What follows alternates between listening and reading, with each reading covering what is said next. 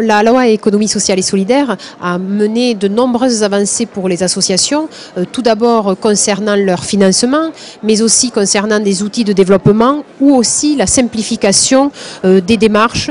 La loi ESS, elle fait deux choses. D'abord, elle ouvre, elle officialise un nouveau pan de l'activité économique humaine qui est l'économie sociale et solidaire. Il y avait de l'économie sociale et solidaire avant la loi, mais la loi donc met des mots sur ce que c'est que ce champ qui est en quelque sorte à l'intermédiaire entre le monde de la prise en charge sociale et le monde économique.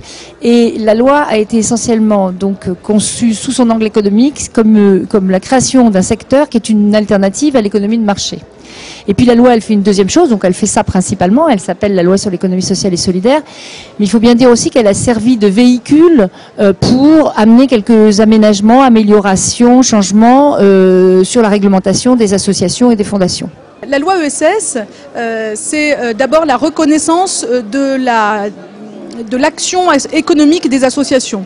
Aux côtés d'autres acteurs économiques, les associations sont reconnues comme un acteur plein et entier de l'économie. On s'est rendu compte qu'il fallait donner plus de liberté et de possibilités au niveau du secteur associatif pour avoir de bonnes ressources financières. Donc ça permettra à un certain nombre d'associations d'avoir une manne supplémentaire pour répondre à leurs projets associatifs. Nous avons donc sécurisé la définition de la subvention. C'était un point qui était essentiel pour la sécurité financière de nos associations.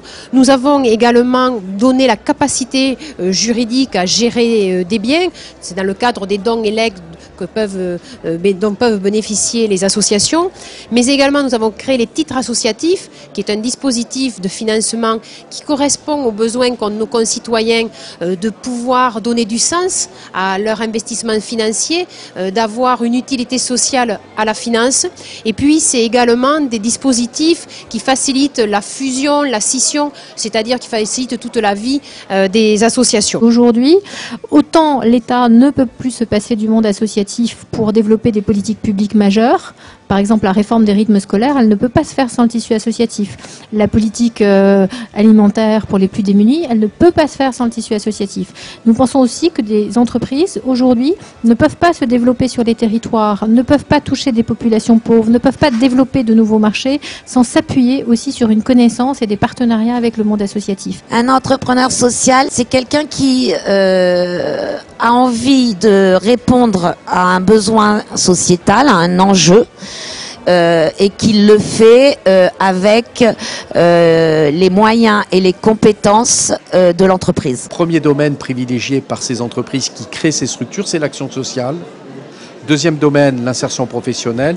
Et le troisième, l'éducation, alors qu'on aurait pu s'attendre peut-être au domaine sportif ou au domaine culturel. Le mot social et solidaire est fondamental, puisque tout le monde parle de social dans les entreprises, tout le monde parle de solidarité, mais la mettre en œuvre, la mettre en place, c'est pas toujours le cas. Donc vous avez des entreprises qui naissent avec la solidarité et la philanthropie, et vous avez des entreprises qui l'utilisent.